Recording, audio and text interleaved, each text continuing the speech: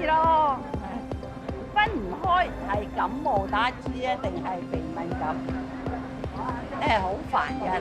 好痕咯，同埋會係咁流鼻水啊。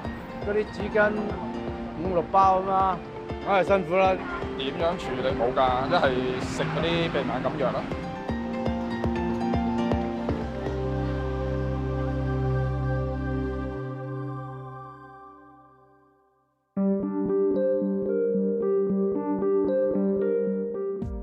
喺香港，晨早空氣唔一定係清新㗎。空氣污染有幾咁嚴重呢？相信好多人每日都感受得到。因為空氣差，香港喺全球宜居城市嘅排名下跌。其中一份調查更加以1流城市3流空氣嚟形容香港。污濁嘅空氣有冇令到你成日流鼻水、打乞嗤，又或者不停咁咳呢？我係羅玉文，今集最強生命線，一齊睇下鼻敏感同埋哮喘之苦。發現所有同學都低着頭，我趕忙地低下頭了。咩詞語唔識你圈起去？唔識讀嗰啲圈起去。嚟緊轉季天氣，本身有鼻敏感嘅曉琳，每朝早起身同埋瞓覺嗰陣就最辛苦啦。媽媽歐太話：見到個女不停打乞嗤同埋流鼻水，都好心痛啊！佢試過呻咗幾多包雲吞啊？10包，即係10張紙巾啦，係啊！有時試過起身3次去擤鼻涕，瞓下覺又醒，瞓下覺又醒，咁變咗佢瞓覺嘅時間，我都會俾翻長翻啲佢，要求佢早翻啲瞓咯。咁啊，等佢第二朝起身嘅時候冇咁攰咯，個人。患有鼻敏感嘅人士一般都比較容易有哮喘，曉琳就係一個例子啦。有時候玩啊都要特別小心㗎。一個笑得犀利同一個喊得犀利咧，佢都會氣喘，又咳啦，又喘氣深呼吸啦。咁啊，見到佢樣都好辛苦嘅。早2日就已經試過啦，因為婆婆同佢玩，就婆婆擠佢，咁擠得好犀利，佢笑到好癲。跟住之後咧，玩完停啦，跟住佢自己就嗌救命。咁樣係咁喺度喘氣，咁嗰陣時大概維持咗都成個鐘頭，咁佢先至舒緩翻。歐太話：曉琳用醫生處方嘅藥物控制住鼻敏感同埋哮喘，情況有改善到，但都要定期返醫院覆診。其中一個原因就係同唞氣有關。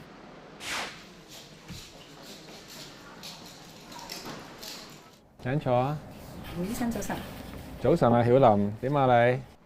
每一次覆診，醫生都會睇下曉琳有冇鼻塞同埋鼻敏感控制係咪理想。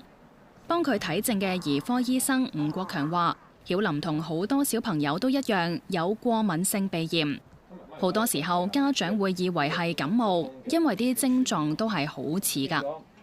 鼻哥痕、流鼻水、鼻塞、打乞嗤，跟住睇下個幾密啦，一年有冇多過4、5個禮拜？係咁，如果枕住一年有多過4、5個禮拜，每禮拜多過4日嘅話，我就話咧，呢個多數都係持續性嘅過敏性鼻炎。曉琳屋企有養貓㗎，初時媽媽擔心佢係對貓毛過敏，做咗測試先至知道原來係對狗毛、塵蟎、曱甴同埋霉菌過敏啊！因為成日鼻塞，曉琳經常都用個口嚟唞氣。醫生話好多嘅患者因為習慣咗用個口唞氣，令到哮喘控制唔理想，甚至係連下顎嘅生長都有影響埋添。咁口唞氣好多唔好處，冷同乾空氣直接冇經過鼻喺口入嘅話，就直接刺激氣管，氣管就收縮啦。另外一個唔好處就係咧，你長用口唞氣嘅話咧，個下顎生長咧就影響，因為骨咧係根有慣性嘅，你慣咗個下巴向下嘅話咧，咁我個下顎咧就唔會咧向前生，就向下生。吸氣，我見到呢度脹起咗喎。有鼻敏感同埋哮喘嘅小朋友，就算冇鼻塞，都未必改到用口去唞氣嘅壞習慣㗎。咁所以醫院安排咗物理治療師教曉琳正確嘅呼吸方法。一般嚟講，你用個鼻唞氣咧，其實咧會帶動嗰個腹式呼吸多啲嘅。咁但係如果你用咗個口唞氣嘅話咧，其實咧好多時候都會變咗個上肺嚟呼吸。咁呢個就係一個錯誤嘅方式嚟嘅。用上肺呼吸會點樣影響病情呢？佢哋好多時候咧都會呢啲肌肉咧會用晒幫手咧去呼吸嘅話咧，咁當佢哋咧即係譬如做起運動上嚟咧，佢哋需要嘅氧氣多咗嘅時候咧，佢哋就會唔夠力㗎啦，咁變咗佢哋容易會氣喘咯。除咗記住用個鼻嚟唞氣，仲要留意一點啊！留意自己個肚，吸氣嘅時候微微脹起，呼氣嘅時候微微凹落去，盡量放鬆個膊頭。係啦。物理治療師話，對於慣咗用口唞氣嘅小朋友嚟講，呢個腹式呼吸法未必好容易去理解㗎，咁所以都要花啲時間，慢慢等佢哋習慣返。同時日常生活嗰陣，家長就要多啲留意個小朋友有冇呢啲嘅問題，時不時啦都要提下佢哋啊。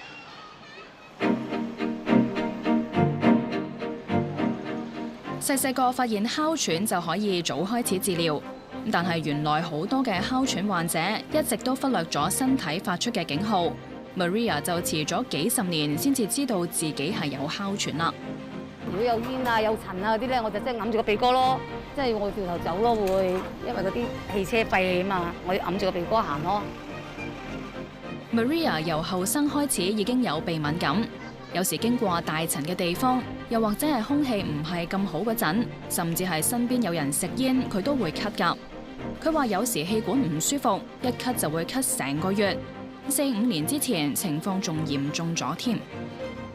辛苦嘅感覺就係個氣管啊，即係好似透唔到氣咁啊，就會成日都咁咳咯。即係個氣管呢度咧，你咳到呢度會痛啊咁樣樣嘅。好啦，嗱，我哋預備咯。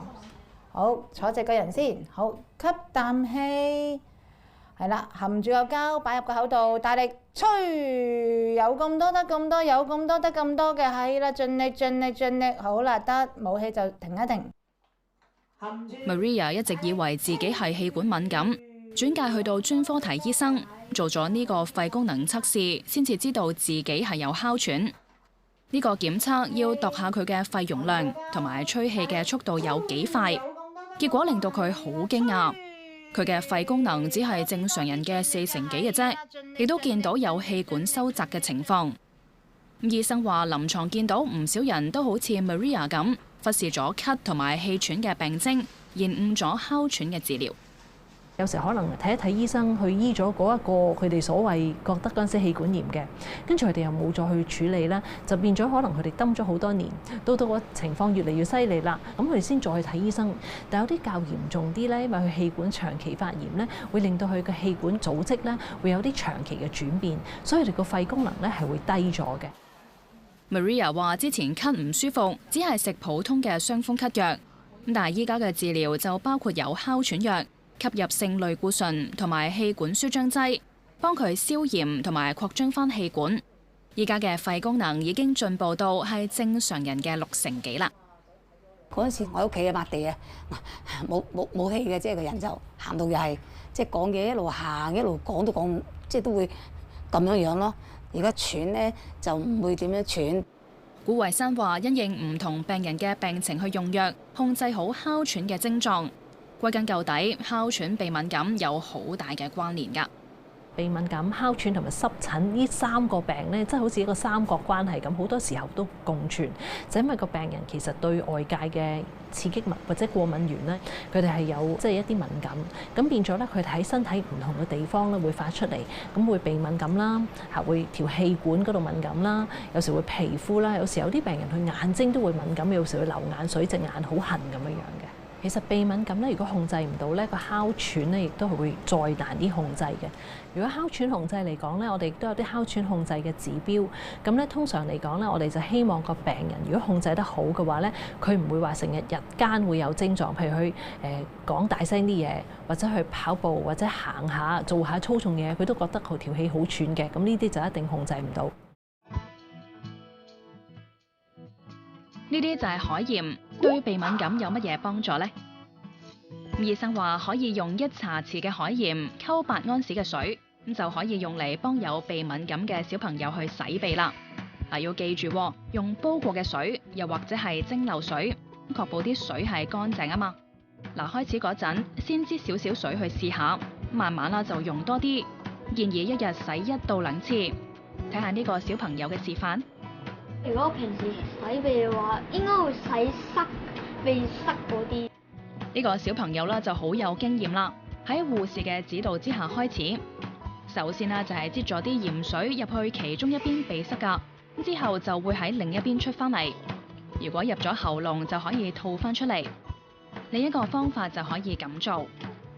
呢係循序漸進，意思話咧個體每次洗嘅份量咧，開頭洗少少啦，慢慢加份量啦。洗嘅時候咧，譬如有小朋友講右鼻入咗鼻出咁啦，開頭好似入咗個喉嚨嗰度嘅。咁好多時候通常都係臨瞓前啦，洗完鼻之後就瞓覺咯。咁如果差嗰排咧，就係早餐前同埋睡前咯。對抗呼吸道過敏唔單止要舒緩症狀，仲要打擊源頭。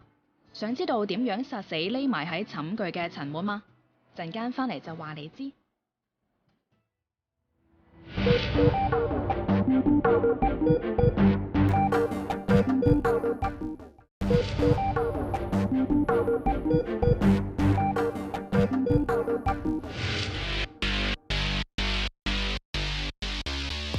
大家都知道，空氣污染、塵蟎、貓狗嘅毛髮同埋曱甴都係可以引起鼻敏感㗎。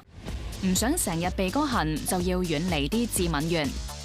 今日帶大家嚟到理工大學紡織及製醫學系嘅實驗室，睇下一啲唔係經常洗嘅枕頭係咪已經成為咗塵蟎嘅溫床啦。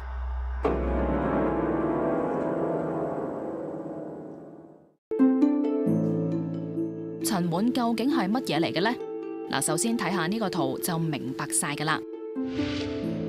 塵蟎鍾意留喺溫暖潮濕嘅地方，係肉眼都睇唔到㗎。佢哋嘅糞便酵素可以滲透入黏膜或者係皮膚，引致到過敏。超過90%嘅鼻敏感患者都係對塵蟎過敏，而我哋嘅皮屑同埋毛髮就係佢哋嘅食糧嚟㗎。研究員將呢個枕頭套拎出嚟，放喺高清顯微鏡底下，有咁樣嘅發現。好多一塊塊黃色嘅嘢，呢啲啦原來係皮屑嚟嘅，即係塵蟎嘅營養來源。皮屑越多，塵蟎就會越多㗎啦。所以大家每晚嘅枕邊人其實都係佢哋。通常60度可以殺死嘅塵蟎嘅，咁但係當然，如果你嘅枕具唔係棉全棉，佢係有啲人造纖維咧，咁其實太熱嘅水有可能會破壞咗佢嘅組織啊各樣嘢。咁全棉嘅布料咧係可以抵受到比較高溫嘅。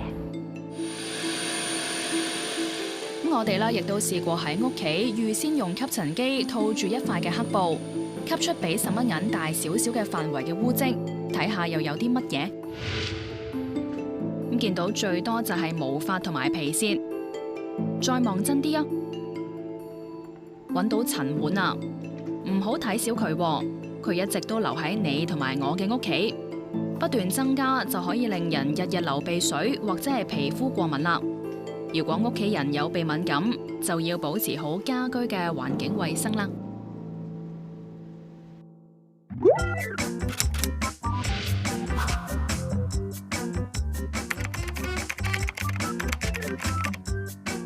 有啲人話使唔使要浸漂白水啊嗰啲，咁啊都唔建議嘅，因為咧其實漂白水咧佢係都會破壞咗個布料嗰個嘅組織啦，咁浸得耐其實可能都會變黃啊。一般嚟講用洗衣液咁樣或者洗衣粉其實都 OK 噶啦。真係寫明防塵蟎咧，咁佢哋有個 label 啦，寫住係譬如 anti-dust mite 啊、防塵蟎啊咁。咁呢個咧通常就會跟一個認證嘅。咁嗰個認證咧，其實都係去 check 翻咧個布料嘅密度咧夠唔夠高，夠唔夠去足夠咧令到塵蟎咧係穿透唔過嘅。呢兩類型咧，其實就唔建議水洗嘅，因為佢哋咧係好難乾嘅。咁香港天氣又咁潮濕，你洗咗佢又唔乾，咁就仲容易成為啲塵蟎嘅溫床添。咁嗰啲咧可能拍下佢，即係用啲吸塵機吸佢啊，吸咗表面啲塵啊，咁就 OK 嘅。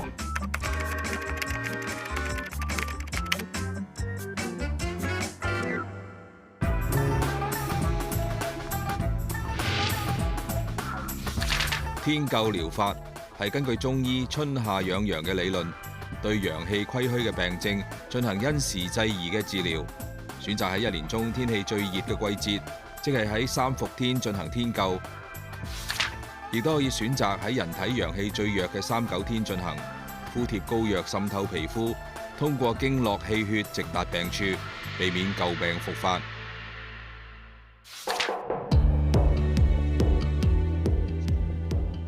Isaac 好好動㗎，中意踩單車。佢踩單車嘅技術追得上佢爸爸。不過其實 Isaac 嘅呼吸系統唔係咁好，喺2歲開始已經經常傷風咳，仲要咳極都唔斷尾，每次都要睇幾次醫生先至好得返。醫生話其實佢係哮喘，哇！真係簡直你唔知好似晴天霹靂。點解會搞到個仔咁樣啊？咁即係又會好自責咯。係咪我唔識湊啊？人哋啲小朋友唔會咁，我個小朋友會咁啊。Isaac 嘅媽媽就覺得好內疚，因為自己本身都係有鼻敏感，成日啦都係要包雲吞，以為自己係將鼻敏感遺傳咗俾個仔㗎。譬如你夏天開冷氣又會啦，咁冬天好凍又會啦。咁跟住，譬如你秋涼咧，乾燥嘅天氣咧，你又會啦。即係總之你個鼻就好痕，加埋有鼻水要包雲吞，咁成晚就係好似一啲傷風嘅狀態下咯。咁成日都瞓得唔好㗎。鼻敏感會令到氣管唔好，容易引起哮喘。做媽媽㗎，因為擔心仔仔嘅情況，搞到連自己都冇覺好瞓啦。我諗我有啲神經過敏啦，已經，因為瞓覺會好聽住佢嘅呼吸啦，因為佢呼吸好大聲㗎。咁佢個氣管，即係醫生話唔係咁清嘅啲聲，佢又未至於好似人哋叫做扯蝦啦，但係你會聽到佢啲氣管咧有啲聲啦，咁又好擔心。入嚟，醫生你好。係你好。醫生你好。係浩田你好。你坐度先啦。情況點樣？喺過去呢半年。朝頭早起身可能有開完冷氣啊，佢朝頭早起身就鼻濛濛咁樣咯。哦。嚇！咁上個禮拜就有咳同埋流鼻涕，但係呢半年個情況改善咗好多。凍嘢食唔食啊？凍嘢呢排有冇食？有食啊！啊，食少啲，最好冇食。啊，最好冇食雪糕啊，凍飲料啊，最好冇啦。咁蔡太呢一日同 Isaac 一齊做天灸。中醫師會將啲藥打磨成粉，整成藥膏，貼喺穴位上面。貼咗一陣就會覺得熱熱地，貼大約2個鐘頭之後就可以搣翻佢。咁中醫角度做咗天灸之後，就係要戒口。做咗天灸之後咧，嗰啲所謂嘅發物係唔可以食嘅，包括啲咩牛啊、海鮮啊呢啲都係唔食得嘅。咁當你黐咗藥膏之後咧，你嘅皮膚係有可能有少少嘅發炎嘅作用，佢會充血。佢會變紅，咁有啲咧，我哋就發現佢可能有做1-2年之後，即係夏天、冬天咁做1-2年之後，先有比較明顯嘅感覺。咁所以我哋多數都係推薦做3年。咁我就覺得自己嘅鼻敏感少咗啲，但係阿仔佢嗰個效果咧就比較顯著啲嘅，因為佢以前咳得好頻密啦，有喘啦，咁同埋要聞氣啦，咁嗰個係幾頻密噶嘛。但係佢練完天灸之後咧，佢個病發咧係疏咗好多。楊君君話：有呼吸系統疾病嘅病人，包括係鼻敏感，都好啱做天灸治療。如果唔想容易有呼吸道疾病，亦都要戒食凍嘢啊。咁當然啦，天氣熱呢個都可以理解，但係每一次當你飲凍嘢嘅時候，佢經過食道嘅時候，佢都會刺激到影響到嗰個氣管。咁時間耐咗之後咧，有啲人本身肺支氣管嘅功能唔係好強嘅時候，佢就會令到嗰個肺同埋支氣管嘅功能會有所下降。最明顯嘅有嘅例子就係有啲人你一食雪糕、一食凍嘢就即刻咳，呢個就係表明佢本身嘅肺氣已經唔係好夠㗎啦。除咗唔食凍嘢之外，成日唔停流鼻水同埋鼻塞嘅朋友，亦都可以按壓面上面呢3個嘅穴位，可能有幫助㗎。首先咧，我哋介紹一個叫做迎香穴啊。咁迎香嘅位置咧，就係鼻哥嘅隔離出邊少少，喺呢個位置附近打圈咁撳下，就可以令到佢嗰個鼻塞有啲幫助。咁另外一個穴位咧，就係睛明穴，就係你眯埋眼嘅時候，喺呢個位置，喺嗰個眼眶嘅裏邊上角啊，內上角撳落去。如果你大力撳咧，有少少酸酸脹脹嘅感覺。第3個就係大家好熟悉嘅啦，合谷穴。你將你嘅大拇指公嗰個橫線對住你嗰個另外一隻手指甲尖撳落去嗰個位就係合谷。咁落去有少少冤冤脹脹啊，佢都對於鼻敏感呢啲症狀有幫助。每當香港受到熱帶氣旋影響，空氣質素啦就會變差㗎啦，污染指數多次爆燈，唔少地區都係灰蒙蒙咁。喺呢啲情況底下，醫生都會提醒小朋友、老人家同埋有心臟病或者係呼吸道疾病嘅人，應該盡量減少啲戶外活動啊。如果空氣污染個指數真係好高嘅時候咧，可能要避免有啲室外劇烈啲嘅運動咯。咁因為佢可能會刺激個氣管多啲嘅。咁如果係天氣轉冷嘅，有時可能要真係 keep 住保暖啦。咁另外咧，如果佢驚感染啦嘅情況咧，就要打流感針啦。嚇，咁就可以避免到一啲嘅流感去令佢個刺激啦。如果空氣質素健康指數處於嚴重嘅水平，僱主其實亦都要評估僱員喺戶外做嘢嘅風險，為佢哋採取適當嘅措施，保障翻健康。如果想喺日常生活當中多飲啲湯水去改善翻呼吸道嘅問題，中醫推介北芪黨參瘦肉湯，可以補肺益氣，對肺氣不足嘅哮喘病同埋鼻敏感嘅患者都幾啱㗎。